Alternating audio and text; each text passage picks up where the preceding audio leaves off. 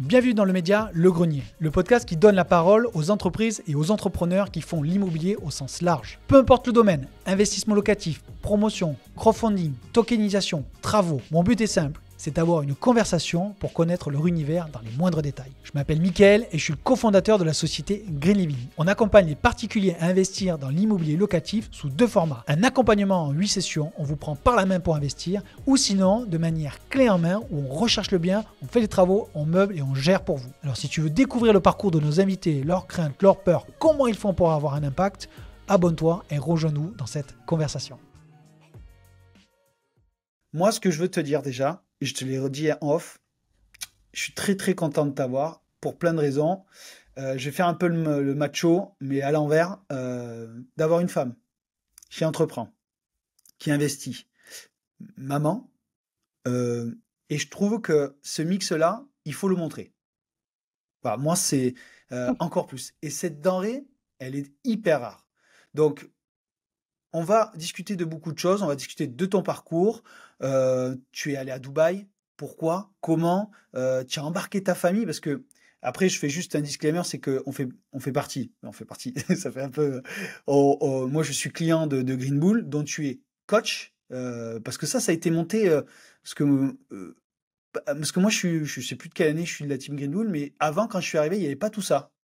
Et en fait ça s'est structuré. Et après, il faut bon, moi je le dis et je le dis pas trop fort, il y a quand même une certaine qualité dans l'approche que vous avez avec tous les coachs. Mais moi, ce que je veux découvrir, c'est Isis et son parcours de tout ce que je viens d'énoncer. Alors, j'ai l'habitude de commencer le podcast en disant quoi? En disant l'état civil. Donc, Isis, vas-y, présente-toi, donne-nous ton état civil, délivre-toi comme tu veux. Voilà. Alors déjà, bonjour à tes auditeurs. Donc je m'appelle Isis, j'ai 41 ans, je suis maman de 3 enfants, je suis pacsée et je suis en pleine transition géographique, je suis en pleine transition au niveau du business et je suis en pleine transition patrimoniale également. Voilà. D'accord, ok. Parce qu'en fait, si parce que là tu as fait un petit peu un bond en avant. Tu Mm. habites à Dubaï aujourd'hui, J'habite à Dubaï depuis 2 mois avec ma exactement. famille. Voilà. Donc, tu La as embarqué tout grande. le monde. Alors, j'ai embarqué tout le monde sauf la grande, parce qu'on a une grande qui a 18 ans, qui est issue du mariage de mon conjoint, Ok, du premier mariage de mon conjoint. Donc, la grande est restée à Clermont-Ferrand, elle est en prépa aujourd'hui. Et j'ai les deux petits qui sont avec nous et mon conjoint et notre chat, que j'ai eu du mal à embarquer. Mais j'y suis arrivée, on est tous à Dubaï. Voilà. bon, super. Bon, de toute façon, on va y venir à Dubaï parce que moi, j'ai plein de questions à te poser ou en tout cas à découvrir ton futur là-bas parce qu'il ne Mhm. commence à peine, hein, en fait. Puisque ça Absolument. fait Pour ça quoi? que Tu j'ai m'as dit bien que c'est. précisé, ouais. Ouais, ça fait Transition, on est là depuis 2 mois. Ah oui, voilà, ouais, j'allais dire un, mais c'est deux. Ok. Parce qu'en Mm. fait, tu es clermontoise. Si on fait pas de trop de. Non, hein, on peut le Non, dire, non? je suis clermontoise, donc je suis née à Vichy il y a 41 ans et j'ai fait toutes mes études à Clermont-Ferrand. Donc en gros, bac éco, prépa, école de commerce de Clermont, donc très, très Clermont. Qui est très Et bonne, hein, ensuite, d'ailleurs. Le SC Clermont est très réputé, hein, non? Ou c'est les super commerces, ou c'est l'ESC, ou c'est une autre, peut-être, je me c'est trompe. l'ESC, ouais, enfin, c'est celle de Clermont, ouais, ouais. Ok. Je sais pas si elle est très très bonne, mais bon, à l'époque, il y a quelques années, elle était pas mal. On est Euh, quasiment de la même génération, donc. Hmm, Après, c'est pas HEC, mais on s'en sort bien. ouais. Et puis ensuite, j'ai fait un master en achat international à Bordeaux, la BEM, qui pour le coup était une des meilleures écoles à l'époque. Et donc c'était le meilleur master en achat international de France et même, je pense, d'Europe. Et c'est vraiment ce master-là qui m'a propulsée sur ma première vie, qui a été du coup acheteur international, où là, à 25 ans, en gros, j'ai débarqué aux États-Unis, à New York, et j'ai bossé dans 4 pays différents pendant 5 ans en tant qu'acheteur international dans 2 boîtes principalement. D'accord. Et Voilà. c'était quoi tes missions principales? Parce que la fonction achat, Oui, parce que ma femme a été acheteuse aussi par le passé, et génial. qui en fait, c'est un poste qui est pas sous-estimé, mais que les gens n'arrivent pas à appréhender. Et d'ailleurs, je vais te poser une question à laquelle j'espère que tu vas répondre, c'est que la transition entre la fonction achat, parce qu'il faut pas dire acheteur, acheteuse, c'est la fonction achat et l'immobilier. Donc, il faut garder cette question en tête parce que je pense qu'il y a grandement un lien. Oh euh, oui. en tout cas, des petits réflexes qu'on peut avoir. Mais qu'est-ce que tu faisais exactement en termes de fonction achat? Parce que c'est tellement large, en tout cas, ce que tu peux dire sur cette fonction, ce que tu faisais dans ces boîtes, Bien et sûr. même à l'international, parce que c'est différent avec les incoterms, toute cette fonction-là, que achat dans un pays domestique. Tout à fait. Alors, j'ai fait, on va dire, trois types d'achats. Le premier type d'achat, c'était des produits finis. Donc là, j'étais en stage pendant un an chez Bata, donc j'étais en Espagne. Et Bata, donc, c'est quoi, les chaussures, non? C'est quoi? Bata, c'est Non. chaussures, chaussures Ah oui. maroquinerie. Ouais, Ah, ouais, c'est parce que ça. je crois que cette marque a disparu, Elise. On est quand même. Oui, Non? oui, mais tout à fait. Mais je te parle de ça il y a 15 ans ou Et un ouais, peu mais plus, hein. on a des auditeurs qui ont deux fois moins de notre âge. À mon avis, Bata, ils vont même pas. Mais Ouais, bon, bref, c'est pour la petite blague, mais voilà, c'est tout à des fait. chaussures. Je remets le Oui, oui, c'est les contexte. chaussures. Ouais. Donc là, du coup, j'ai acheté des produits finis. Donc, c'est-à-dire que tu trouves des fournisseurs qui peuvent être en Europe, qui peuvent être en Inde, qui peuvent être en Chine.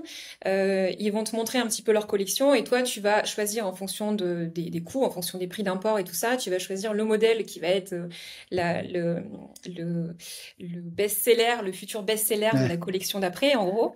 Et donc, du coup, j'ai fait ça pendant un an, que ce soit à Paris et en Espagne, et c'était génial. J'ai beaucoup aimé. Et donc, je l'ai fait sur les chaussures hommes et je l'ai fait également sur la maroquinerie en Espagne. Donc ça, c'était sympa. Bon, c'était un peu girly, mais ça me dérangeait pas. Et puis, donc ça, c'est le premier type d'achat que j'ai fait. Le deuxième type d'achat que j'ai fait, alors c'est le grand écart. J'ai fait acheteur packaging et matières premières. En fait, si tu veux, donc j'étais aux États-Unis là. J'ai acheté du carton et du verre. Donc là, l'idée, c'est quoi? C'était de négocier avec des usines le nombre de cartons, le type de carton qu'on allait avoir pour faire des packaging, pas des displays, hein, pas les pancartes que tu peux voir, mais vraiment, voilà, moi, c'était du carton qui emballe pour l'envoi dans différents magasins. Ok. Donc il y a eu ça et il y a eu les bouteilles de verre aussi, donc on négociait le plastique. Donc là j'étais acheteur, on va dire matière première, plastique et carton. Et le troisième type d'achat que j'ai fait, donc là j'ai été embauchée par aussi une entreprise américaine qui faisait des piscines et des spas. Et donc moi je négociais pareil tout ce qui était alors produit semi-fini, tu vois comme quoi j'ai fait les trois Mm. types, hein. Le produit Ouais. fini, le produit matière première et le produit semi-fini qui était donc ben, ce qu'on appelle les pièces détachées pour Mhm. pouvoir faire la piscine, pour pouvoir faire le spa, pour pouvoir faire des pompes et tout ça. Donc là, j'ai eu la chance par exemple, d'aller négocier des filtres en Malaisie. C'était des expériences qui pour moi ont été géniales. Enfin, j'ai adoré ce métier-là pendant 5 ans, en gros de 25 à 30 ans. J'étais acheteur voilà, dans 4 pays différents. Je me suis éclatée. C'est trop bien. Ouais, t'as beaucoup voyagé parce que ça, c'est quand t'es acheteur, hein, ou acheteuse internationale, là, tu voyages énormément. Mais du coup, Ouais. parce que ce que les gens comprennent, c'est que la fonction achat, c'est qu'il y a tellement de métiers et c'est que quand tu découpes le produit, tu as des Oui. acheteurs, en tout cas des fonctions achats potentielles, dans chaque étape de modélisation, de construction d'un produit. Absolument. Et tu négocies derrière les contrats avec les différents fournisseurs. Les fournisseurs peuvent changer tous les ans. Enfin, il y a vraiment, il y a vraiment tout un écosystème au niveau de l'achat. Et je trouve que c'est vraiment la pierre angulaire du business. Et on en parlera Ouais. avec l'IMO derrière si tu veux. Mm. Mais si tu achètes mal, derrière, ça peut te planter tout ton business. Et c'est pareil pour l'IMO. Ouais, mais on va y venir. Mais moi, je veux comprendre pourquoi tu as choisi cette fonction achat. Parce que ça, tu vois, bon, on fait partie du même groupe d'investisseurs, mais j'ai jamais cerné pourquoi tu t'étais vraiment, tu t'étais amené à faire la fonction achat. Parce que tu avais quand même une famille d'entrepreneurs, je ne sais pas si on peut dire ça, mais quand même un peu. Si, si, ouais, ouais. T'avais, d'ailleurs, je sais pas si tu veux en parler, mais tu avais quand même des parents un peu dans l'entrepreneuriat, mais tu aurais pu facilement travailler avec eux pour eux, tu aurais pu faire autre chose, tu as décidé de faire une fonction achat, qui est un métier en plus, moi je le redis, on est de la même génération, c'était pas sexy, on te poussait pas non plus vers Du là-bas, tout. quoi. Donc Ouais, moi je ouais, veux ouais. juste dire sur les grandes lignes, hein, mais tu t'es dit pourquoi aller vers là-bas, quoi. J'ai envie Ok. de savoir ça. Ok, alors déjà la première, pour répondre à ta question, effectivement je viens d'une famille d'entrepreneurs. Mon père est chef d'entreprise et il m'avait toujours dit depuis que j'étais toute petite, ils disent va bosser 5 ans ailleurs et après si tu veux monter ta boîte, que ce soit reprendre notre business D'accord. ou monter ta boîte, comme tu auras pris l'expérience ailleurs et je pense que c'est une très bonne école, tu auras déjà vu comment ça se passait dans les différentes strates du business et tu pourras être bien meilleur que si jamais tu te lances directement après ton master dans l'entrepreneuriat.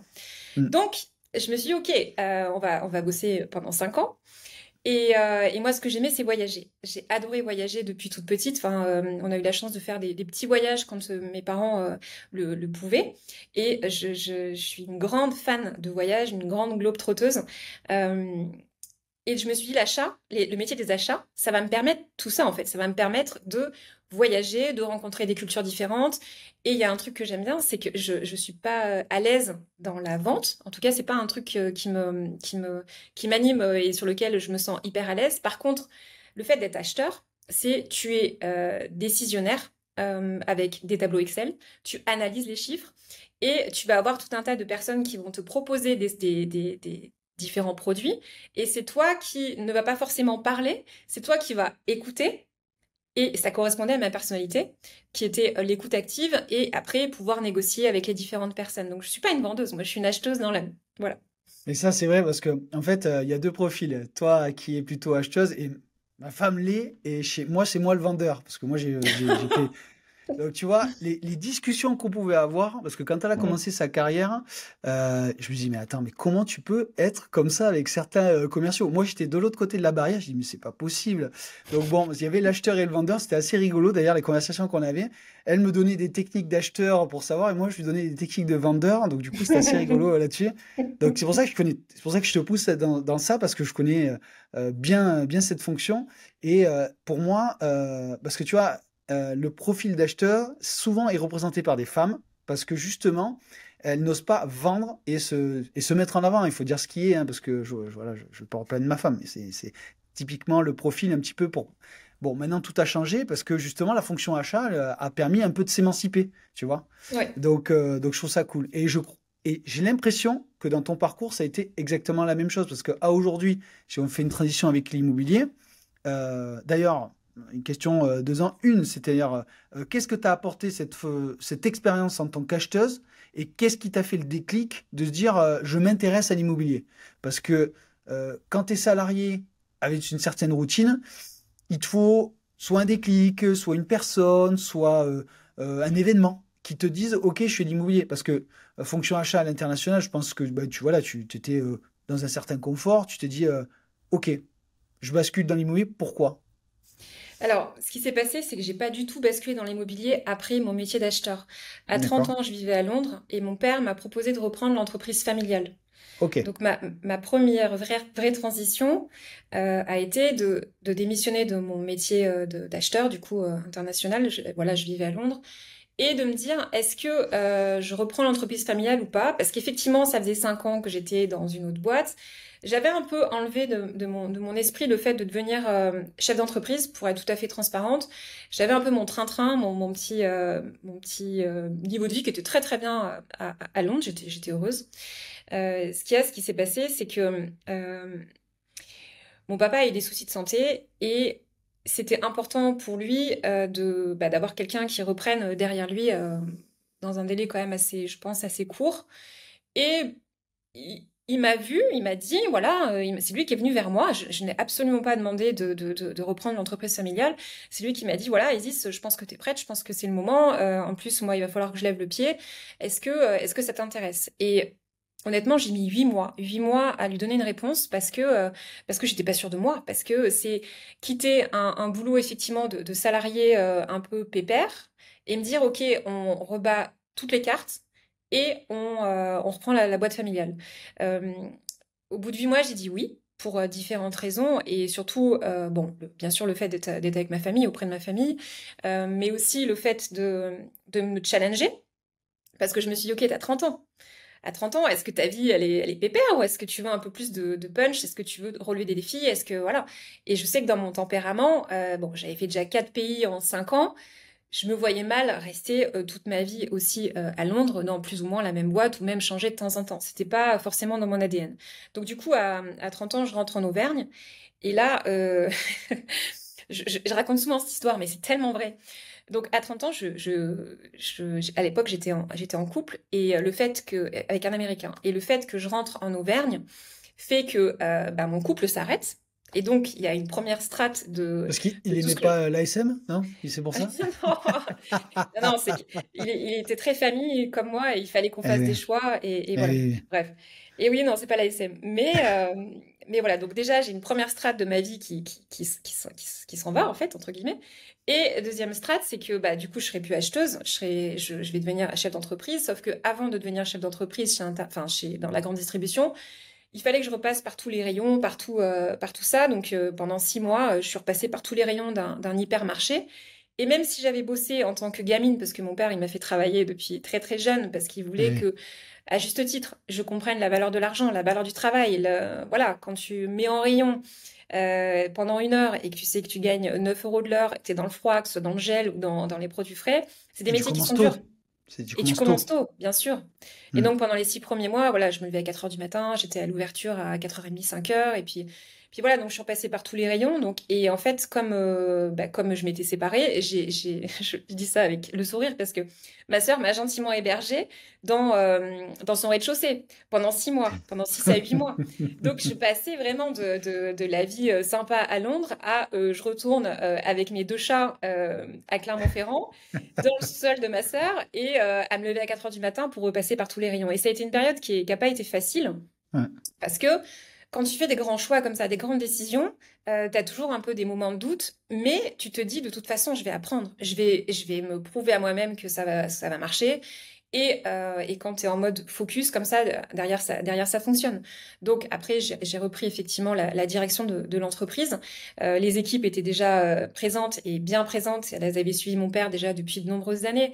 Donc on a fait plein d'améliorations, si tu veux, que moi je voulais faire dans la société. Mais il y avait déjà des très bonnes bases. C'était une reprise d'entreprise, c'était pas une création d'entreprise.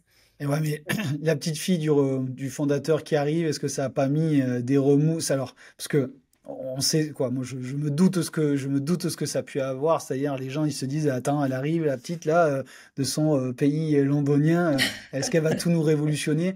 Alors que je pense que ça se comprend, hein, mais est-ce que tu as, un, révolutionné, ça s'est bien passé, ou fait des ajustements? Parce que des fois, faire une reprise, les gens ils croient qu'il Mm, faut faire un reset, mais des fois, il n'y a pas besoin. Quand les fondations sont bien faites, il n'y a pas de oui, raison, il y a des ajustements à faire. tout à Et fait.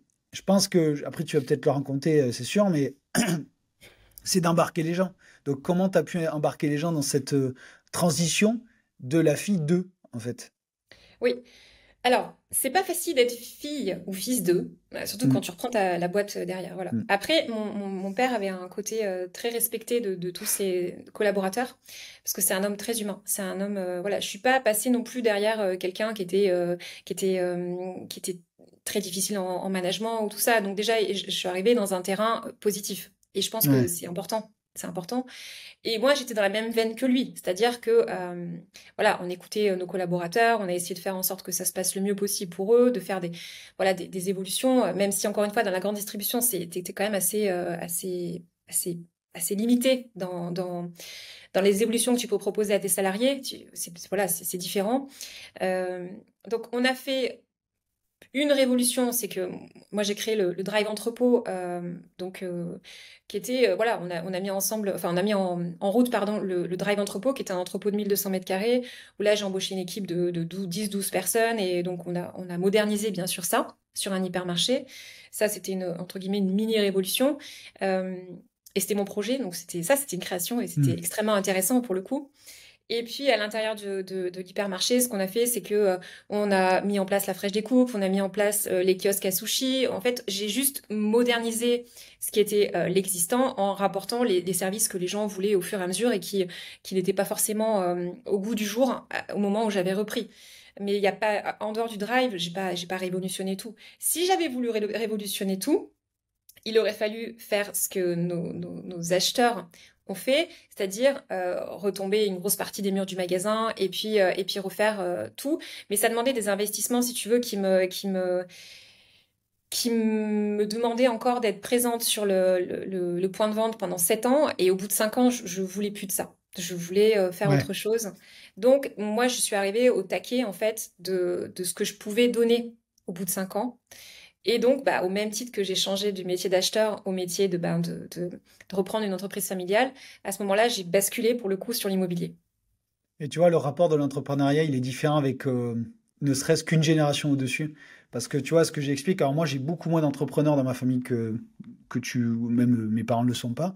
Mais ce que je leur explique quand on parle de ce sujet, c'est que je leur dis que comment dire, les rushs de génération, en fait, se réduisent. C'est-à-dire que l'entrepreneuriat, toi, tu as genre, je vais le résumer, mais tu as des cycles de 5 ans.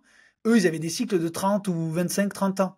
Et je leur dis, mais en fait, notre génération et les générations qui vont arriver, c'est encore pire. C'est qu'il y a besoin, on dit, oui, il faut donner du sens. Oui, il faut donner du sens, c'est clair. Mais par contre, ce qu'il faut aussi comprendre, c'est que les rushs d'entrepreneuriat ou de salariat, hein, parce qu'on peut avoir le même schéma, sont beaucoup plus réduits qu'une certaine époque. Et il faut arriver aussi à naviguer et à être OK avec cette génération qui arrive, parce que là, on va basculer sur l'immobilier, mais ça veut dire que tu as dû dire à ton père à un moment donné ou à ta famille, OK, je vais faire l'IMO à temps plein ou en tout cas avec une certaine transition. Je sais pas si, parce que ça, je sais pas, mais je sais pas, je pense que lui aussi a dû mettre 8 à 12 mois pour peut-être digérer Oui, l'information. Tu vois ce que je veux dire? oui, oui, Et tout à fait. alors, j'appelle ça le conflit des générations, mais conflit est peut-être un mot fort, mais ça peut bien se passer mais des fois, c'est normal, hein, il faut de l'acceptation, digérer et puis dérouler, quoi. Je veux dire. Donc, raconte-nous un petit peu du coup là, parce que tu arrives un petit peu, pas à la fin, mais à la fin psychologique de ton aventure dans cette hyper. Comment ben, tu découvres l'immobilier ou en tout cas tu mets un petit peu je sais pas moi, quelle était la première étincelle avec ce monde-là? Mm. Alors, l'immobilier, donc, ça m'intéressait déjà depuis que, quand je vivais aux États-Unis, j'avais déjà regardé un petit peu, j'avais lu en fait un livre de Elise Frank, Comment devenir rentier en Ah 4 ans. oui, C'est un enfin, c'est un ah vieux oui, livre. oui, oui, oh là Je là, sais oui, pas oui. si tu l'as vu. Alors je le Et, connais, mais je l'ai pas lu, mais oui, oui, je me souviens, oui, oui. ouais, donc il y a peut-être 15 ans, voilà, que j'avais lu ça. Ah ouais. Et en fait, j'avais lu ça, bon, c'était un best-seller qui était à l'époque, voilà, dans les kiosques avant de prendre l'avion pour rentrer à Paris. Et en fait, je l'ai dévoré, ce livre, pendant tout le vol. Et ça a planté une petite graine dans ma tête. Je me suis dit, non, mais c'est sympa quand même. Tu peux faire de la plus-value, tu peux éventuellement faire du cash flow positif, tout ça. Donc, elle avait commencé déjà à me donner des pistes, des idées que Ah, mais j'avais pas forcément vues. comment tu l'as acheté ce livre? Tu l'as vu sur un Non, kiosque? ouais. Quelqu'un t'en a parlé ou parce que Bah, en fait, je me sou- ouais. je me souviens plus de sa couverture, mais il fallait quand même l'acheter ce livre quand même, tu vois? Oui. Et ben, j'avais dû l'acheter je pense, quand j'ai fait Paris-New York. Ah donc dans un Euh, aéroport. Ouais, dans un aéroport, dans les kiosques à Ah, journaux, tu sais. ah ouais, d'accord. Ah ouais, elle était bien Ouais, référencée là. Parce que bon, oui, il était bien après je connais pas le référencé. monde de l'édition, mais pour se retrouver dans un aéroport, ok, bah Si, c'est si. cool. Donc Donc tu l'as voilà, je lu le pendant lis, le vol. Ouais. voilà, je le lis pendant le vol et je me dis, mais c'est vachement bien. Et donc la petite graine se plante. Sauf qu'à l'époque, bah, je bouge beaucoup et je me dis, mais je peux pas. Enfin, je voyage énormément pour le métier d'acheteur Hmm. et donc c'est pas possible. Donc quand je rentre en France, donc là, je suis très prise par l'hypermarché qui me donne zéro temps pour moi. Le seul temps pour moi que j'ai eu, c'est quand je suis tombée enceinte. Ok. Donc le déclic, ça a été de tomber enceinte de ma première fille. Euh, En fait, au bout de 4 mois, j'avais des contractions, je vais voir ma gynéco, elle me dit, attention, Isis, si tu continues au même rythme que ce que tu fais, tu vas perdre ton bébé. Et donc elle m'a dit, Hmm. pose-toi, arrête de courir partout. Et en plus, on était en plein lancement du drive et tout ça, donc bon, il était lancé depuis 6 mois, mais c'est vrai que moi, je suis un peu, j'ai besoin quand même de voir que tout Ouais, se passe bien. mais bon, les premiers mois, c'est quand même, faut C'est regarder ça. les indicateurs, quoi. Je veux dire, Ouais, c'est pas parce ouais, que tu as ouais, fait ouais. un pré-projet que le post-projet est moins important, hein. C'est ça, tout à fait. Hmm.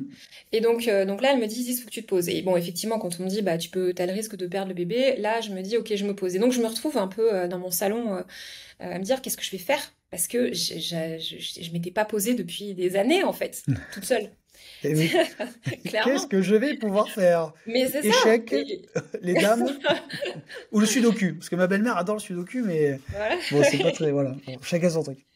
C'est ça. Et puis là, je me retrouve et je me dis, c'est hors de question que je passe mes journées devant Netflix. C'est hors de question que je fasse rien et que voilà. Hmm. Donc, je commence à regarder un peu sur Internet l'immobilier. Je me dis, ok, j'ai du temps maintenant, je vais pouvoir regarder un peu plus l'immobilier. Donc là, je découvre Yann. Alors Yann, c'est ma révélation. Alors là, gros coup de cœur intellectuel. Je me dis, ok, génial, je comprends tout ce qu'il me dit. Euh, je comprends de manière beaucoup plus avancée que ce que Élise Franck expliquait sur son L secteur de Paris. Et, euh, et puis, du coup, je souscris rapidement. Là, à l'époque, c'était la formation de Power Meublé. Donc, si tu étais toi à l'époque, à D'accord. cette époque-là, tu dois la connaître. Non, celle-là, Rapide, non, moi, je tu l'as suis pas allé faite? directement dans l'académie, non, ouais. Oui, d'accord. Ok, bah, c'était Parce une que des premières formations qu'il avait. moi, j'avais certaines connaissances avant de connaître Yann, D'accord, notamment, alors je sais pas ce que correspondait à la Power Meublé, mais j'imagine qu'il parlait du LMNP. c'est Mais, ça. donc ça, moi, voilà, j'ai pas ressenti le besoin de la faire, mais, voilà. Mais vas-y, Je continue. comprends. Donc du coup, je prends Power Meublé. Là, je comprends beaucoup de choses et je me dis mais c'est génial. Et donc du coup, peut-être pendant 1 ou 2 mois, je me forme et ensuite ma gynéco me dit ok, tu vas pouvoir ressortir un peu de chez toi, ça va mieux, mais il va falloir que tu marches, machin, machin, mais pas trop non plus, pas trop de stress, machin, machin. Donc là, je me dis bon, on va commencer à faire des visites. Et en fait, le premier bien que je vais acheter, tiens-toi bien, je vais l'acheter du coup 15 jours avant que j'accouche. Donc le même mois, je deviens maman pour la première fois et investisseur immobilier pour la première fois. Et j'avais cette deadline en fait dans ma tête de me dire, ok, il faut que tu trouves un bien rentable qui est la plus-value latente et du cash flow positif avant la naissance de ma fille. Pourquoi? Parce que je m'étais dit, je vais le garder 18 ans. Donc j'avais même fait un emprunt sur 18 ans à l'époque. Comme ça, à 18 ans, ce sera son cadeau. Soit elle le gérera, soit elle habitera dedans, tout ça, tout ça. Ah, Donc je m'étais fait tout un Yann scénario a dans du ma temps. tête pour ma fille. Yann a du t'engueuler. À 18 ans, là, c'est pas bon, là. Mais bon, c'est normal, c'est normal. Du coup, non, C'était mais mes c'est cool. débuts. C'était Mais mes c'est le débuts. schéma, tu vois, de se dire j'investis pour mes enfants. Alors maintenant, à Hmm, mon avis, ça a dû changer, je crois. complètement. Ce Non, bien est revendu. non, mais c'est souvent ça. On rencontre tous les jours, quoi, tous les jours, pas tous les jours, mais souvent des personnes, c'est dans ce schéma-là. Et on le Hmm, comprend aisément. Mais quand on leur explique un petit peu ben, la vie, la vraie vie, de hmm, comment ça va se hmm. passer, généralement, bon, ils comprennent, quoi. Donc, Oui, premier bien pour ta petite fille quand elle aura 18 ans. Et ensuite, qu'est-ce oui. que tu fais? Alors le premier bien, donc il se passe bien. Je suis hyper contente. Je pense qu'au début, comme chacun, on a un petit peu le stress de dire est-ce que tout va bien se passer, est-ce que je vais trouver un locataire, est-ce que ci, est-ce que ça. Et nickel, nickel, il roule. Et dès que j'ai terminé ce premier bien, même avant que je termine ce premier bien, j'étais déjà en recherche du deuxième bien. Donc moi, j'ai acheté, en fait, si tu veux, sur Clermont-Ferrand, que des petits T1 ou T2, Ok. dans un budget entre 40 000 et maximum un grand T2, on l'a payé 80. Ça, c'est ta Euh, thèse d'investissement à toi. Mais sur ton hmm, secteur. c'est sur mon secteur, Ouais, exactement. parce que je fais juste une parenthèse, c'est qu'en fait, ne vous comparez pas. Chaque secteur Oui, est différent. Et surtout, c'est qu'en fait, ayez votre thèse en ayant fait une étude de marché sur votre secteur. Voilà, je fermerai un petit peu la parenthèse parce que souvent, c'est ouais, je fais des immeubles là-bas, je fais des villas. Non, tu regardes ton secteur, proche de chez toi ou pas d'ailleurs, tu fais ce que tu veux, mais en tout tout cas, à fait. choisis ta thèse et vas-y à fond. Mais je t'en prie. Alors, tu as tout à fait raison. Et donc, du coup, je vais même aller plus loin. C'est que j'avais fait donc une étude de marché et je m'étais rendu compte que Clermont-Ferrand, en gros, il y a 140 000 personnes et tu as 30% d'étudiants. Donc, Hmm. moi, sur ces 140 000 personnes, donc moi, ma cible, c'était clairement les étudiants ou les jeunes actifs. Donc, c'est pour ça que je m'étais orientée sur des studios ou des T2, donc T1 ou T2, parce que je savais qu'il y avait une forte demande là-dessus. Et à l'époque où j'ai commencé, donc il y a 8 ans, il y avait quasiment pas de meublé sur Clermont-Ferrand et donc on a fait du meublé un peu, on va dire, moyen plus plus, voire un petit peu Ouais, haut de gamme, enfin sympa premium. quoi. On peut dire premium, ouais. Ouais, Ouais, ok. premium, voilà, exactement. Et c'est parti comme des petits pains. Et tous les autres qu'on a fait derrière, parce que donc je suis montée rapidement à 6 biens. Au bout du sixième bien, mon banquier me demandait quand même de mettre de l'apport. Ensuite, mon conjoint s'est mis dans la boucle aussi parce qu'il a bien vu que ça fonctionnait. Il était partie prenante aussi de monter des meubles, de faire des visites, de ci, de ça. Et on en, Tu on l'as en parlait en perfusé. off tout à l'heure. Ouais, je l'ai perfusé. Le pauvre, je l'ai saoulé avec l'immobilier, mais aujourd'hui, ça nous On permet l'a de tous fait, hein. Ouais. Et après, on les a contaminés. C'était pire que le Covid, cette histoire. Mais bon, c'est comme ça. C'est exactement ça. Et donc lui, il en a acheté trois. Donc en 18 mois, 24 mois à peu près, on s'est retrouvé du coup avec 9 biens en LMNP. On n'a pas basculé LMP parce que bah, on était en dessous voilà, de nos Des seuils. radars du LMP. Voilà, exactement. Et donc du coup, on s'est retrouvés donc tous les deux. Bon, moi j'étais salariée à l'époque de ma société, mon conjoint aussi, et les 9 biens qui tournaient. Et voilà, la graine était plantée et je me suis dit, ok, pourquoi pas massifier le business? Pourquoi pas en faire un business en fait? Hein. Alors, Donc voilà. ça, c'est un petit peu parce que tout à l'heure, je t'ai posé une question et que l'histoire de la fonction achat, qu'est-ce que ça t'a permis d'acquérir ces 9 biens avec ton conjoint, euh, de ton ancien métier et du métier que tu faisais dans l'hyper? Qu'est-ce que ça t'a apporté de pouvoir enchaîner? Est-ce que c'est un état d'esprit, c'est psychologique, c'est financier? Qu'est-ce que tu peux nous dire là-dessus? Alors, je pense que le fait d'être acheteur, souvent, on prend des décisions basées sur des calculs, basées sur des tableaux Excel et, euh, et des pourcentages et tout ça. Donc, je pense que le côté chiffré, le côté un peu robot que parle Yann d'ailleurs dans la formation, le côté calculatrice, je l'ai de par ma formation d'acheteur. Ouais, C'est-à-dire que je vais être peut-être moins sensible, même si je suis quand même humaine, je suis pas un robot, hein, mais je vais être moins sensible à des biens un peu coup de cœur et je vais vraiment aller sur des biens à rénover. Je vois le potentiel, non seulement de l'emplacement, mais le potentiel surtout des chiffres qui me permettent de me dire, OK, là, j'investis en sécurité et d'acheter bien, d'acheter en dessous du prix du marché. Ça, c'est hyper important. Donc, le côté acheteur m'a permis, je dirais, cette objectivité et ce côté calcul ok. qui est important dans l'immobilier, surtout quand tu es investisseur. C'est un peu le nerf de la guerre. Et comment tu achètes en dessous du prix du marché? Parce que on pourrait se dire que tu es dans un marché clermontois, X, t'es pas la seule investisseuse ou investisseur. Euh, Comment tu as fait pour potentiellement acheter, je sais pas, X bien en dessous du prix du marché? C'est quoi? Bon, moi Ouais, je connais plus ou moins les réponses, mais j'aimerais avoir ton analyse à toi. ouais. Alors, je vais te donner un exemple. Donc, on a acheté 9 LMNP et on a acheté aussi une résidence principale. La première résidence principale qu'on a achetée, je l'ai visitée, elle était au-dessus du prix du marché, j'ai pas fait d'offre.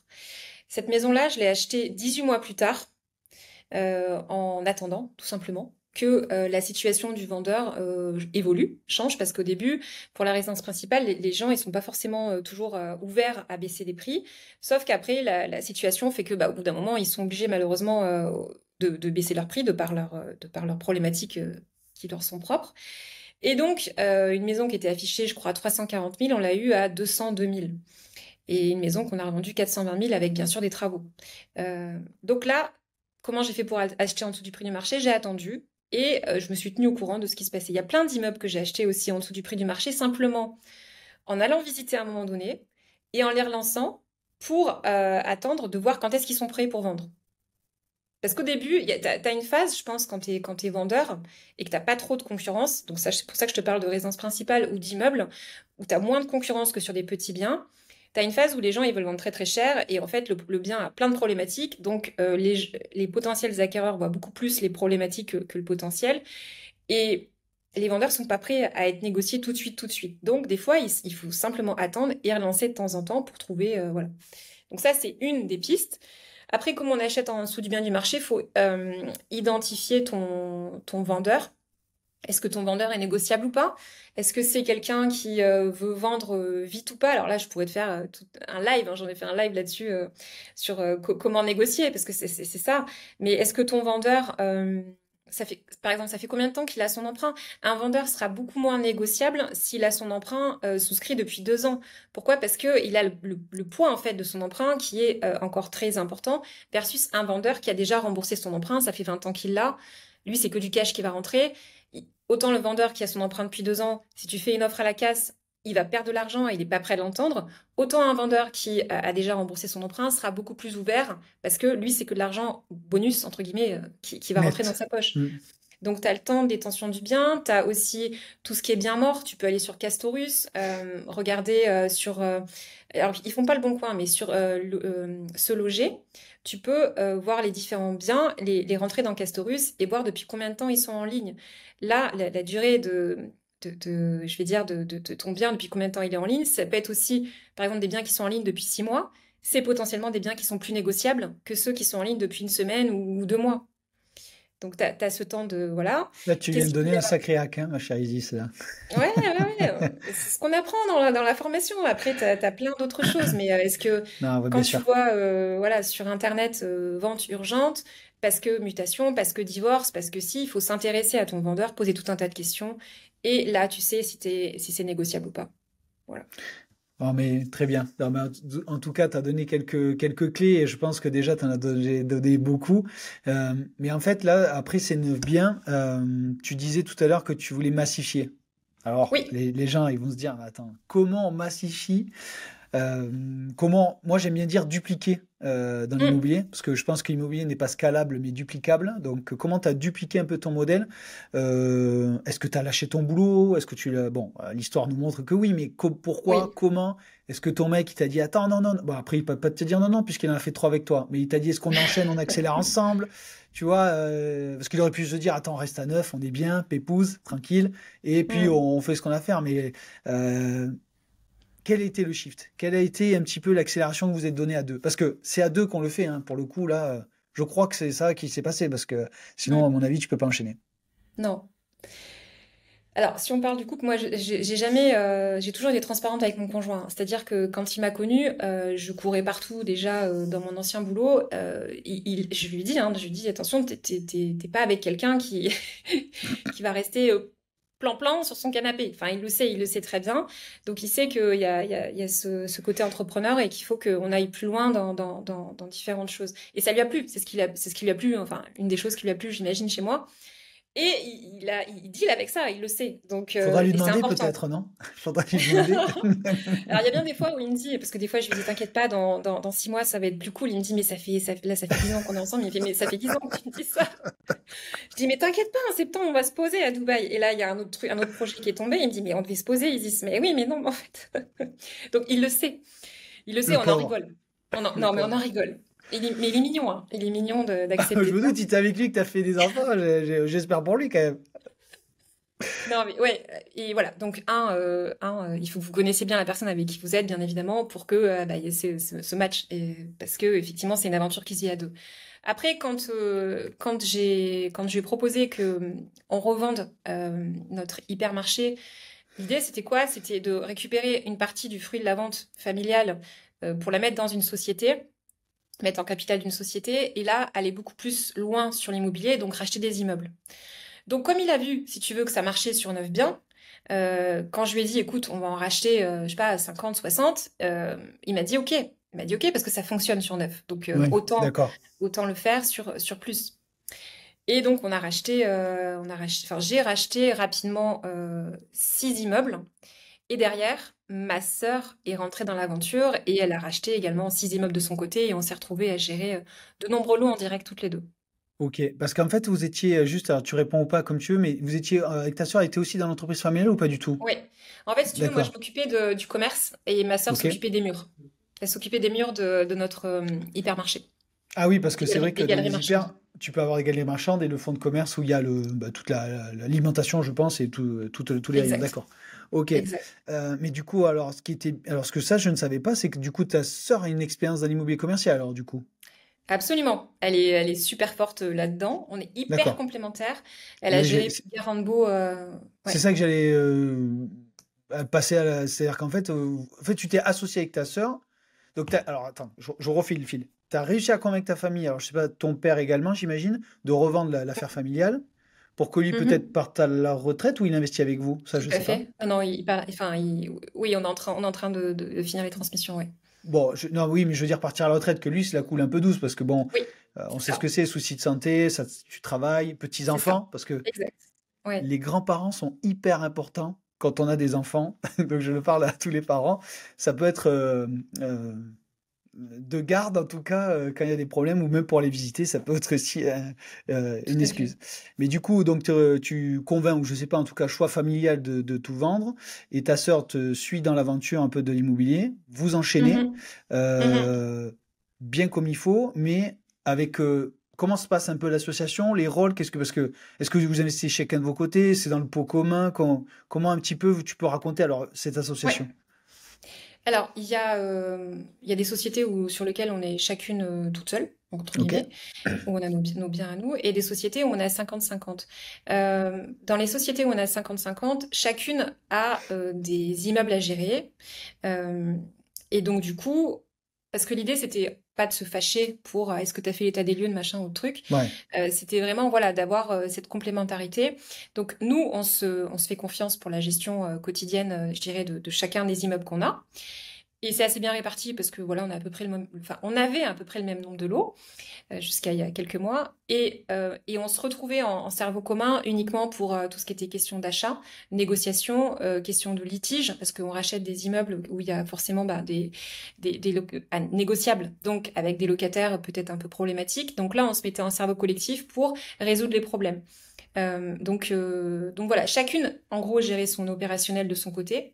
Et cerveau collectif sur tout ce qui est stratégie, tout ce qui est stratégie de sortie également, la vente, tout ça, là, on se concerte toutes les deux. D'accord. Et du coup, là, tu parlais un petit peu des galères. Là. Si on peut évoquer un peu, quelles sont les galères que vous avez pu connaître avec ta sœur ou ton conjoint en termes d'investissement? Bon, je pense qu'on les a tout eus. D'accord. Non, mais après, il y a peut-être deux, trois Deux, problématiques que tu as trois. su, ouais, que tu as pu Ouais. résoudre et qui font partie du quotidien quand même de l'investisseur. Et pour pas dire que la mariée est trop belle, quoi, parce que bon, là, depuis tout à Oui, l'heure, oui, oui. mais Ouais. c'est pour pouvoir dire les galères un petit peu et que tu as résolu, hein, parce que tout est. Oui, ah bah, on a eu squat, on a eu suicide, on a eu Ah, quand même suicide. impayé. Ouais, Ah on en oui, a eu un, ouais. Ouais, ouais. Ah oui, oui, non, pour ça, je te ça dis, c'est quand on moins a drôle, vu ça. sur le nombre de lots, tu as forcément des trucs. Bon, voilà, donc on a eu des impayés, évidemment. Qu'est-ce qu'on a eu? On a eu des problèmes de structure à résoudre dans un local commercial. On a eu des dégâts des eaux, on a eu des débuts d'incendie, on a eu qu'est-ce que, enfin, honnêtement, si je te faisais la liste, j'ai peur que ça fasse fuir plus de gens qu'autre chose, mais ça se résout en fait. Ça se Oui. résout et puis bah, après tu sais comment réagir. Donc voilà. Après je sais pas s'il y a un sujet que tu veux que je développe plus que l'autre parce que Non, mais après, ce qu'il faut bien montrer, c'est que quand tu montes, quand tu dupliques un modèle, tu dupliques aussi les problèmes. C'est un peu le bien sûr, message que je vais faire passer. Et qu'en fait, c'est pour ça que tout à l'heure, je sais pas si c'est en on ou en off qu'on disait, mais c'est que l'immobilier, est-ce que c'est fait pour tout le monde? Non. Est-ce qu'il faut des prérequis? Oui. Et je pense que toi, t'es un exemple de montrer que il faut être. Alors après, il y a les mots un peu marketing qui dit les mots promonarial, entrepreneuriat dans l'immobilier, mais malgré tout, c'est une certaine vérité. Et il faut pas se mentir, c'est que si tu veux enchaîner comme tu as pu le faire, il faut avoir la capacité psychologique, mentale, entourage, juridique, tout ce que tu veux, d'avoir comment dire, l'aisance de pouvoir le faire et de pouvoir régler ces problèmes. Parce que l'immobilier, comme dans l'entrepreneuriat, tu résous des problèmes au quotidien que- plus que la moyenne. Et il faut être OK avec ça. Voilà, c'est surtout ça le message en fait, que je veux discuter avec toi. Ton expérience ouais. là-dessus. Il faut pas se noyer dans un verre d'eau, clairement. Ouais, ouais. Si t'as le tempérament à te noyer dans un verre d'eau, à être perdu à la première difficulté, c'est pas pour toi parce que c'est juste pas fait pour toi en fait. Hein. C'est comme tu le dis, c'est pas fait pour tout le monde. Moi, sur un des premiers mois que j'ai eu sur le même bâtiment, j'ai eu donc un départ d'incendie, un cambriolage, un dégât des eaux qui est monté sur tout le premier étage, et j'ai eu un problème de structure où voilà, on a dû renforcer tout ce qui était structure, voilà, le plancher du haut. Sur un mois d'août, donc un mois où tu es supposé quand même être un peu plus tranquille, enfin. euh, c'est- Ou tu as c'est- les artisans qui sont c'est- pas là surtout, disponibles. oui, oui, Parce que oui, oui, tu peux avoir aussi. des problèmes, mais si tes équipes, elles sont pas là, Ouais, elles sont en vacances, c'est en vrai. Alors, France, à l'étranger, ouais. c'est ça le truc aussi, c'est la disponibilité, la réactivité, parce que l'immobilier, il y a quand même une part de réactivité quand même, hein.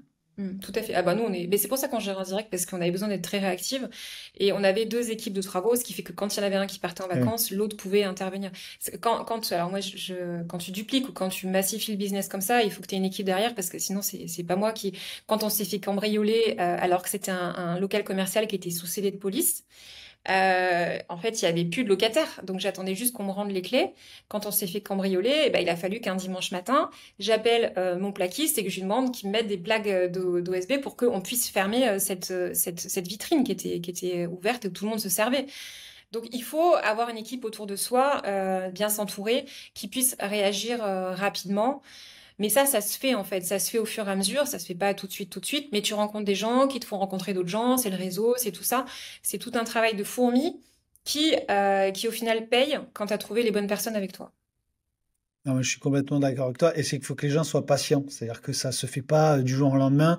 Tu crées pas une équipe comme ça. Tu crées pas des relations avec des artisans comme ça. Les artisans, ils ont beaucoup de travail. Alors, même si on dit que oui, un peu moins depuis quelques mois, oui, mais l'artisan, un bon artisan, il a un planning full pendant plusieurs mois, plusieurs semaines, et tant mieux d'ailleurs. Donc, j'espère qu'il faut les chouchouter, mais il faut être OK avec leur fonctionnement et que quand tu as un bon, c'est-à-dire qu'il a un réseau de bons, en fait. Tout à fait, absolument. Donc, Et quand tu as des mauvais, ouais. ils ont tout un réseau de mauvais. Mais complètement, hein. Moi, je l'ai expérimenté. Et Vraiment, vraiment. tous, on a eu cette Mais expérience. vraiment. Ah ouais, ouais. Et le truc, c'est que même si tu vois, moi, j'ai fait de la réno, beaucoup de réno avant d'être à mon compte, ben, on se fait tout savoir. Il faut pas mentir. C'est comme ça parce qu'en fait, comme tu disais tout à l'heure, on fait de l'humain. Et ben, nous, on a des mecs qui, putain, ils étaient là, ils étaient sur le chantier, une fois, deux fois, ils galèrent. Tu leur donnes des acomptes un peu plus importants. Et en fait, tu te rends compte que le mec, c'est pour faire d'autres choses. Et bon, bref, oui, tu te fais avoir. Et Mais il oui, faut réussir à minimiser ça, mais c'est pas évident et faut l'assumer. Voilà, je pense qu'à bout d'un moment, il faut tout à l'assumer quoi. fait. Tout Donc à du fait. coup avec ta Oh, sœur, vous avez enchaîné, ok, ouais. On a enchaîné et donc voilà, on a géré pendant 5 ans. Donc moi, ça fait 8 ans que je fais de l'IMO avec les 9 LMNP là qu'on a revendus. ok, Et on a enchaîné du coup avec des immeubles. Et c'est trop bien les immeubles parce que tu as la gestion totale. Donc t'as pas besoin de demander à Pierre-Paul Jacques si tu veux mettre un Velux. Enfin, à part les ABF, bien sûr, c'était en zone ABF. Mais tu fais ce que tu veux. Tu découpes plus ou moins comme tu veux, tout en respectant bien sûr les contraintes qui sont telles que là où tu d'urbanisme. vis. Ouais, Hmm. d'urbanisme. Tu rajoutes des linkies, tout ça, mais t'es chez toi. Et donc, du coup, tu crées la valeur que tu veux. Et aujourd'hui, sur 6 immeubles, j'en ai revendu 4 cette Ok. année. Là, et d'ailleurs, j'avais encore une vente hier, parce qu'on a 3 immeubles qu'on a vendus en bloc et un immeuble qu'on vend à la découpe. Et donc là, j'avais une petite vente hier. Cet argent-là, enfin du moins ces ventes-là, sont faites pour récupérer des sous et pour pouvoir, encore une fois, au bout de 5 ans, changer de vie et être à Dubaï aujourd'hui. Alors on va venir à Dubaï parce qu'en fait, moi ce que j'aime bien expliquer aux gens, alors quand on me le demande bien évidemment, c'est le cycle de l'investisseur. Parce qu'en fait, ce qu'il y a, c'est que pour moi, après on peut débattre d'ailleurs quelques secondes ou quelques minutes là-dessus, c'est que je pars du principe qu'une personne qui a acheté, exploité, peu importe l'exploitation, hein, LMNP, courte durée, et revendu, pour moi, c'est le bon cycle de l'investisseur. Parce que sur les réseaux, tu vois les mecs qui se gargarisent d'avoir acheté, acheté, acheté. Mais je pense que quand tu n'as pas goûté la, le cycle un petit peu de ça, parce qu'on parle beaucoup de cash flow, c'est très bien, mais tu as aussi le goût de la revente. Et je pense que quand tu n'as pas eu ce goût de la revente, je pense que tu peux pas avoir tous les, je sais pas comment on peut dire, les orgasmes de l'investisseur immobilier. C'est qu'en fait, tu peux pas avoir tout goûté. Euh, donc, est-ce que tu partages cette analyse ou pas du tout? Ou c'est quoi un peu ton avis là-dessus? Alors complètement. Moi, je pars du principe aujourd'hui, avec l'expérience, on va dire, de 8 ans d'investisseur IMO, je pense que c'est bien de revendre tous les 5 à 7 ans. Pourquoi? Parce que trop tôt, un, tu peux te faire requalifier de marchand de biens. Deux, tu n'auras pas forcément amorti tes coûts d'acquisition, à savoir les frais Ouais. notaires, les frais d'agence, le prêt immobilier, tout ça. Trois, au bout de 5 à 7 ans, ton bien, il est toujours sympathique. Si tu l'as bien entretenu, voilà, t'as pas besoin de faire des gros travaux dedans. Il est encore vivable, entre guillemets, sans souci. Donc et alors qu'au bout de 10 ans, il va falloir peut-être que tu remettes un coup de peinture, il va falloir que tu fasses Mm. des rénovations, peut-être changer la cuisine parce que, bah voilà, elle est plus vraiment, surtout les cuisines Ikea. Moi, je vous recommande de pas prendre la cuisine Ikea. Voilà. Le reste est très bien, mais pas les cuisines. En tout cas, sur mon expérience. Donc bref, et donc je pense que 5 à 7 ans, c'est le bon timing aussi pour optimiser fiscalement, parce que sur le LMNP, généralement, bah, quand tu gardes un petit peu plus, bah, c'est à ce moment-là que tu vas payer des impôts, parce que voilà, tu as amorti tes travaux et tout ça avant. Donc pour moi, c'est un bon cycle, effectivement, de vendre tous les 5 à 7 ans pour repartir sur un nouveau projet. Et donc je l'ai fait sur le LMNP, aujourd'hui on a revendu tout notre LMNP, et sur les immeubles, j'ai revendu tous les immeubles que j'ai depuis 5 ans. D'accord. 5 Vous ans. étiez à l'SCI à l'IS avec ta sœur ou pas du tout? Non, on Non, était sur SCI? un autre type de société parce qu'on était encore sous la société familiale. C'est un peu compliqué, je ne veux pas rentrer Bon, trop dans les détails parce que aucun non, non. souci. Non, mais c'était juste pour faire un petit peu la transition sur la vente, parce que du coup, la Ouais. vente, vous avez vendu avec ta sœur, Mm, et ensuite, vous avez vendu pour un but, tu parles de projet. mm, Donc, mm. sans transition, comme diraient certains, Dubaï. Voilà, Oui. Dubaï. Pourquoi Dubaï? Est-ce que, bon, moi, je me doute un tout petit peu, il y a peut-être des connexions Green Bull, je me doute, ou je le suppose, mais en tout cas, tu vas me le dire oui ou non. Tu me diras ce que Mm. tu veux. Pourquoi Dubaï? ton mec, tes filles, t'as embarqué tout le monde, le chat, tu me disais. Donc Ouais, bon, il y le a quand chat. même un changement de vie. On passe de Clermont aux petites collines du Mont d'Or, hein, si je me trompe pas, Oui. à la tour la plus haute du monde. Donc raconte un petit peu cette évolution, pourquoi, raconte-nous cette étape-là, s'il te plaît. Oui. Alors, pour être tout à fait transparente, au début, je voulais pas forcément partir à Dubaï. L'expatriation, c'était pas notre projet numéro un. Notre projet numéro un, c'était dès que ma grande ait 18 ans, qu'on parte avec les enfants en sac à dos. Faire le tour du monde avec mon homme et mes deux petits. Et la grande, comme elle avait 18 ans, elle aurait pu nous suivre si elle le souhaitait. Et c'était un peu le deal de départ. Donc on devait partir entre 1 an et 3 ans faire le tour du monde. Donc ça Ah n'avait ouais, rien à voir avec l'expatriation qu'on est en train de faire aujourd'hui. rien à Ce voir. qui s- Non, rien à voir.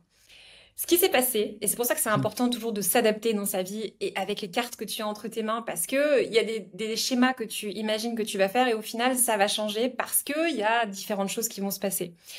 Au final, quand ma fille donc est rentrée en CP, on s'est rendu compte que elle était très dyslexique, dysorthographique, dyscalculique, voilà tous les trucs un peu 10 qui fait qu'elle ne réfléchit pas comme tout le monde, elle n'a pas un cerveau qui est fait comme 90% des gens, on va dire, ou même un peu plus.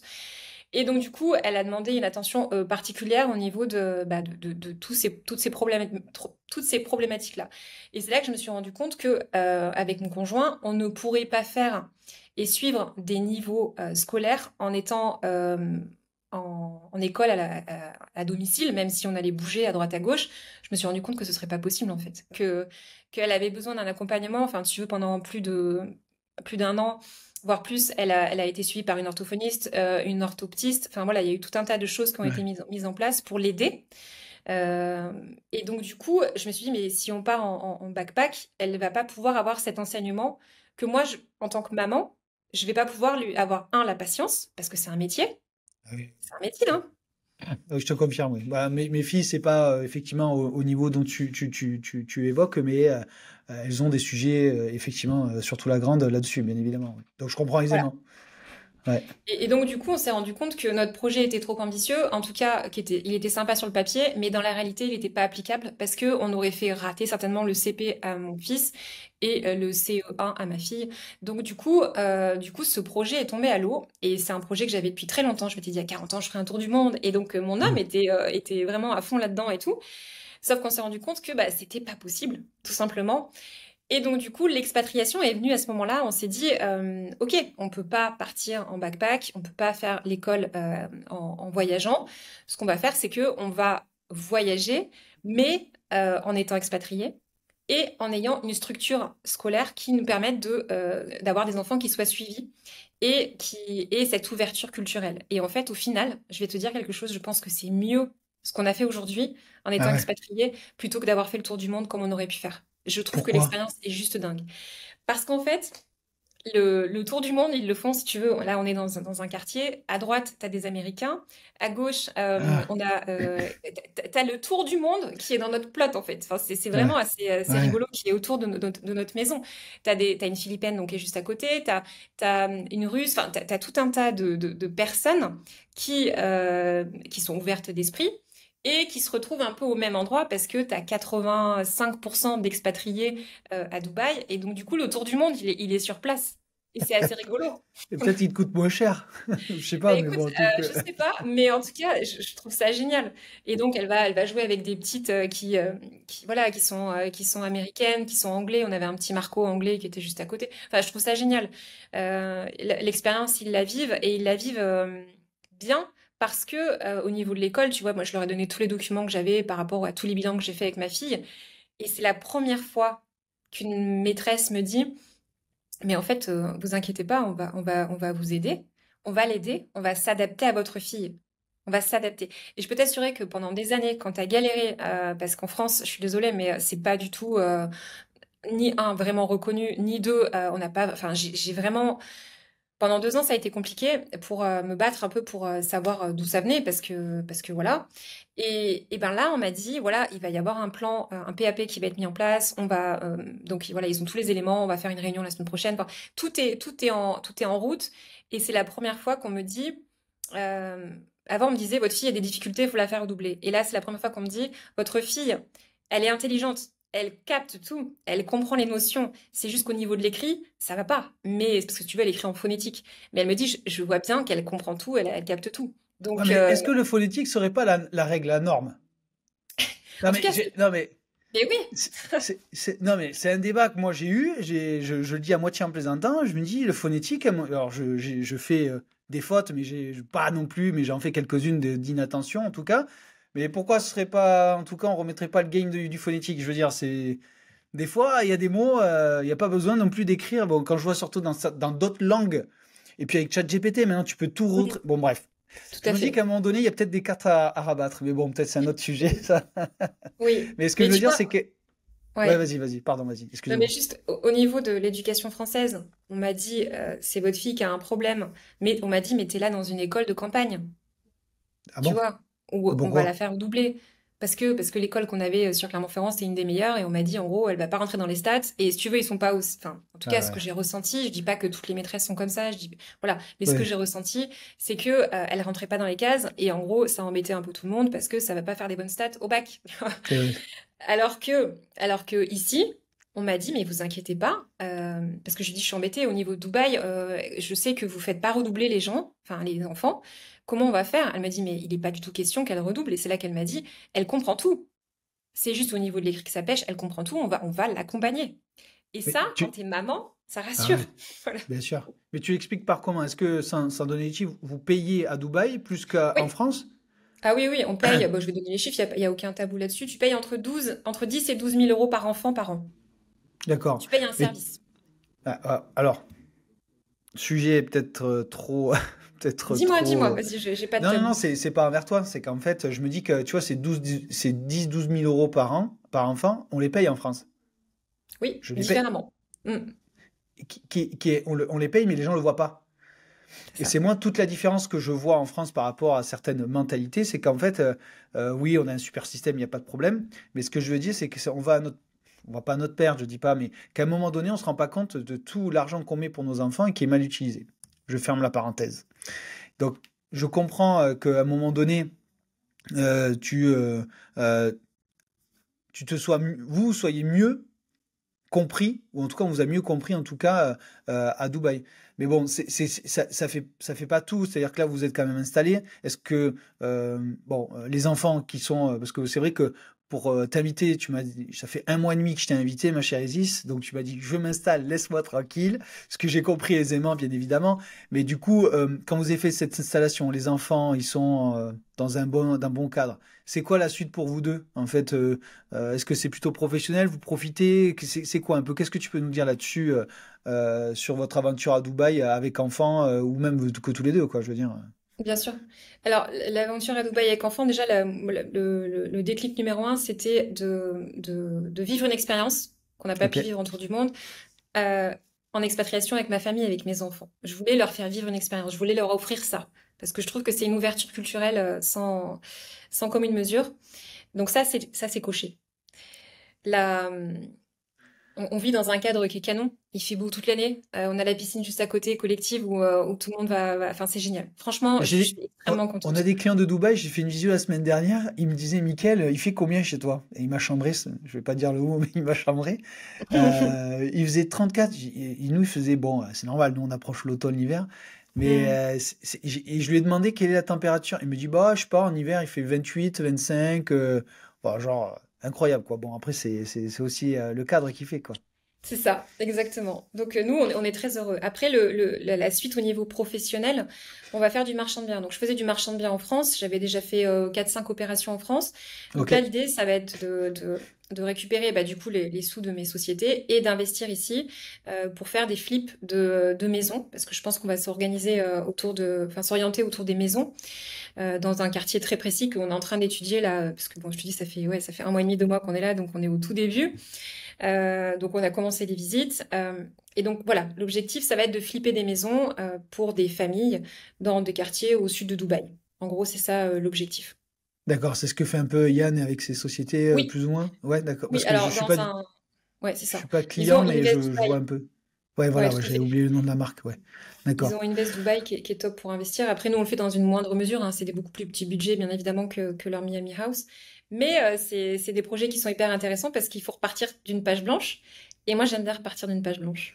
Ah, mais surtout, c'est que bon, il y a quelques mois, j'avais vu une vidéo qu'ils avaient faite.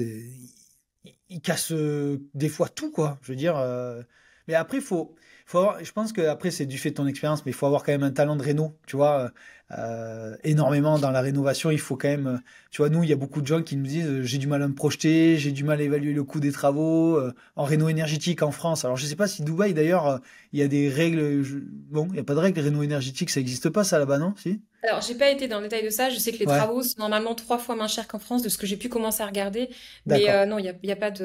Là, Enfin, il n'y a pas de notion de tout ça. Ok, bon, bah écoute. alors, ils mettent des panneaux solaires, hein. Ils commencent à mettre des panneaux solaires et tout ça. Donc, je sais qu'ils sont en transition. Mais Ouais. te dire exactement les règles, je suis Non, pas, mais j'ai pas cette connaissance là-dessus. c'était pas c'est pas le but de la question, quoi. Je m'attendais pas à avoir une réponse très précise parce que voilà, mais ce qu'il y a, c'est qu'en fait, vous avez pris un nouveau chemin, un nouveau départ, et vous donnez quoi comme ambition en marchand, c'est-à-dire faire une ou deux PE par an, c'est non, ou c'est plutôt Ouais, tranquille. ben ce serait d'en faire une ou deux par an, effectivement. D'accord. Après, on Ok. va voir exactement comment on va récupérer voilà différents sous pour pouvoir les investir. Alors, soit effectivement on part sur une grosse maison et on en fait une dans l'année, soit on part sur deux petites et on en fait forcément deux. Donc, on est en train, si tu veux, de gentiment décrire la suite. Euh, Ouais, vous êtes en train de donc voilà, modéliser tout ça. Ouais, vous êtes exact. dans ce Ouais, cadre-là, on est d'accord. en. Mais mis à part l'immobilier, parce que j'ai l'impression que tu veux pas faire autre chose, genre une boîte, une société, hormis, alors je sais que c'est l'entrepreneuriat, mais t'es à Dubaï. On me Ouais, dit c'est le hub mondial de l'entrepreneuriat ou en tout cas une effervescence. Alors je veux pas que ouais. peut-être tu dises de secret ou quoi que ce soit, mais euh, est-ce qu'il n'y a pas quelque chose qui te démange peut-être de créer un business? Alors peut-être je sais pas l'e-commerce, j'en sais rien, une boîte dans l'IMO, j'en sais rien. Non, est-ce que hormis le marchand ou en tout cas l'investissement locatif, il y a quelque chose que tu peux nous dire qui est dans les tuyaux ou pas du tout? Il y a peut-être Oui, rien, hein. Peut-être alors, que tu vas faire que ça, hein, je sais pas. si, si, si. Bah déjà, ça fait 4 ans moi, que je suis coach chez Green Bull, que Exact, ouais. j'adore. Donc voilà, c'est moi un Et tu es très écosystème que je pertinente. trouve. Tu es très pertinente. Merci. Ouais. Non, je le dis parce que, voilà, c'est vrai que des fois on n'a pas trop d'interaction, mais je le dis. Voilà. Tous d'ailleurs, hein, je veux dire, il y en a pas un pour attraper Oui, l'autre non, à ce niveau-là. ils sont. Ah, parce que peut-être qu'ils vont être jaloux. Non? Non, j'ai fait ça. Tu peux les inviter. Je suis sûre qu'ils seraient Ah, contents. non, mais en plus, je sais que c'est des gros chambreurs, donc c'est pour ça que je me permets d'envoyer des petites piques comme ça que s'ils te disent, mais bon, Ouais. mais non, non, ils sont là comme ça sur les réseaux. Parce qu'il y a toujours l'image réseau, l'image perso, mais Hmm. t'as l'impression qu'un peu que c'est des joyeux lurons, j'ai l'impression, Ah, donc ils sont top. c'est. Ils sont top. Et moi, Ouais, je me marre beaucoup avec eux. Non, l'équipe est super. L'équipe de Green Bull est super, que ce soit les gens qui y travaillent ou les fondateurs. Vraiment, c'est des gens qui sont énormes. Après, tu as aussi le Money Game dont je fais partie. Et c'est pareil, c'est une grosse communauté d'entrepreneurs. Donc, du coup, tu as mm. T'as plein d'idées à prendre, t'as plein de business pareil à monter. Il y en a qui sont à Dubaï, donc on verra éventuellement s'il y a des connexions qui se font. Donc moi aujourd'hui, j'ai monté ma boîte à Dubaï pour faire je fais on va dire du coaching en IMO, mais que chez Green Bull et la formation aussi que chez Green Bull. Et je veux rester que avec Green Bull. C'est vraiment un choix de ma part parce que c'est eux qui m'ont permis de devenir ce que je suis aujourd'hui, clairement. Ouais. Mm. Donc c'est eux qui m'ont ouvert énormément de perspectives dans mon cerveau. Donc, c'est pour moi une manière de récompenser ça. Et c'est vrai que bah, le fait de faire un live par mois et puis le fait de répondre aussi tous les jours, bah, tu as quand même aussi une autre activité en plus du marchand de biens. Et puis c'est vrai que ça fait 10 ans que je dis à mon conjoint, on va se poser un peu. Et Le pauvre. je pense que c'est le moment aussi, voilà, de aussi prendre le temps pour nous, de faire un peu de sport, de s'organiser. Et puis on verra ce qui se passe. Mais je suis pas fermée sur les opportunités. Mais pour l'instant, voilà, le marchand de biens, le coaching et l'environnement Green Bull me vont très bien. Après, on verra ce qui se passe. T'as vu, les bons en fait qu'on a fait tous les 5 ans, ça a été des choses qui se sont faites au fur et à mesure. J'avais pas un plan à 100%. C'est des ouvertures qui se créent, des opportunités qui se créent à un moment donné. Tu montes dans un train, tu montes pas dans le train, tu vois comment tu fais. Après, moi, j'ai des vrais objectifs au niveau de mes enfants parce que voilà, moi, ma fille, je veux que ça se passe bien, je veux qu'ils se sentent bien. Donc, il y a aussi beaucoup de temps. Je passe 2 heures pour les devoirs avec mes enfants. Donc, tu vois, c'est des bornes passantes aussi parce que il y a quelque chose qu'il faut pas oublier, c'est que moi, j'ai fait de l'immobilier à l'origine pour avoir du temps avec mes enfants. Donc moi, je suis à Dubaï aujourd'hui, je pourrais avoir une nounou, mais c'est pas du tout. Ce serait contre tout ce que j'ai fait jusqu'à présent. Donc on s'occupe de nos enfants. On va les Elles ont chercher. quel âge? Si tu peux dire Ils ont leurs âges ou pas? 6 et 7 ans. 6 et 7 ans. Ah, 6 et 7. Ah oui, vous avez enchaîné en plus. D'accord. Ouais. Ouais, donc Donc ça c'est veut dire CP, CE1. En tout cas, français. alors CP et CE2. Ouais, ils ont 17 mois d'écart. En fait, il y a Ah, ok. 2 ans. Ouais. D'accord, ok, ok. D'accord. Voilà. 6 Ouais, et non, mais 7. ça nécessite des devoirs. Je veux dire, CP un peu moins. Moi, ma fille est en CM1, ma grande. Donc, ça a doublé. Ça a Ouais. doublé. Donc, Et je oui, vois un oui. peu le temps qu'il faut passer. Donc, je vois aisément. Ok. Oui. D'accord. Donc il y a ce temps-là que je veux garder pour eux. Donc il va falloir que toujours je garde cet équilibre. Et c'est pas Mhm. évident parce qu'on parlait de Ouais. culpabilité en off. Mhm. C'est Mhm. pas évident, mais il faut rester aligné avec ce qu'on s'est dit dès le début parce que sinon on se perd. Et moi, ma situation d'aujourd'hui me va bien. Après, si je m'ennuie, on rajoutera des choses. Si c'est trop, on en enlèvera. Je veux vraiment un truc assez flexible pour pouvoir aujourd'hui un peu plus en profiter parce qu'on a eu la tête dans le guidon quand même pendant des années. Vraiment. Ouais. Et j'ai envie de profiter un peu aussi à 41 ans. Voilà. Bah, en tout cas, ça se sent, Isis. Et de toute façon, on arrive bon, bah, sur la fin de l'enregistrement du podcast. En tout cas, moi, je voulais te dire un grand merci parce que voilà, je Merci à pense que toi. tu as délivré ton parcours, tu as montré ce que c'était possible avec les aléas et les changements de vie. Parce qu'en fait, ben ouais, l'immobilier, c'est le fil conducteur, mais il y a des élas de personnels, professionnels qui font qu'à un moment donné, tu les saisis, comme tu l'as très bien dit. Donc, en tout cas, moi, je te remercie de l'avoir expliqué sur le grenier. Est-ce qu'il y a un sujet que j'ai oublié d'évoquer, que tu voulais peut-être parler, que je n'ai pas pensé, parce que j'ai pas pensé du tout.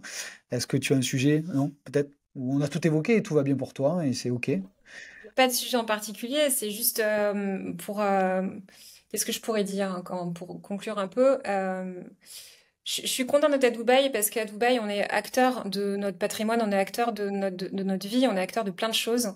Je pense qu'en France, il faut pas perdre l'idée d'être acteur aussi de son patrimoine, d'être acteur de sa vie et tout ça. Et c'est vrai que je le vois du coup parce que je vois les différences entre Dubaï et la France, où là les services sont payants. En France, on est un peu plus endormi avec bah, tous les impôts qu'on paye, donc on est un peu plus, comment dire, assisté, même si c'est pas vraiment le terme. Mais voilà, enfin, je pense que il faut construire une vie qui nous ressemble. Je pense qu'il faut construire sa retraite. Je pense qu'il faut toujours avoir un peu ce côté euh, d'être acteur et pas passif dans sa propre vie, non seulement pour se sécuriser, mais aussi pour être fier à la fin de ce qu'on a fait. À mon sens, encore une fois, ça correspond qu'à certains types de personnes, mais moi, je vous encourage à passer à l'action au max pour avoir une vie qui est celle qui vous ressemble. Voilà.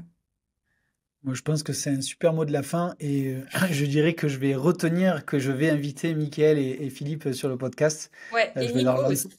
Nico. Et Nico, exactement, Nico, Ouais. effectivement, oui. En plus, il a sorti sa boîte, ou en tout cas, il a plus émergé là, ces dernières semaines, ces derniers mois. Donc, C'est il a top. peut-être Il a fait du. Calimo, que je vous recommande. Ouais. Calimo, c'est Qalimo, qui est top dans le sens où vraiment ça permet de gérer tous les baux, de gérer tous les locataires. En gros, ça fait tout. Donc c'est Ah, un super outil. ok. Bon, mais écoute, en tout cas, je te remercie beaucoup. Et puis, j'espère que voilà, les gens, n'hésitez pas, on va mettre tous les liens en description pour contacter Isis, ou en tout cas via Green Bull, tu nous donneras les liens que tu as Ouais, envie. On les mettra en description pour diffuser tout ça. Merci à avec tous, et plaisir. puis je vous souhaite une excellente fin de journée. Ciao, ciao. Merci. C'est la fin de l'épisode. J'espère que cela vous a plu. Mais on va pas se quitter comme ça. Et il existe 3 moyens pour continuer ensemble. Premièrement, me faire des retours. Je réponds à tout. Deuxièmement, la newsletter. On parle d'actualité sur l'immobilier, les différentes stratégies immobilières, mais on partage aussi nos dernières opportunités ou tout simplement découvrir l'avancée de notre aventure chez Green Living. Ou sinon, la troisième, c'est de pouvoir bosser, travailler avec nous. Et là, on a 2 formats, l'accompagnement et le clan. Donc je vous dis à très vite. Ciao.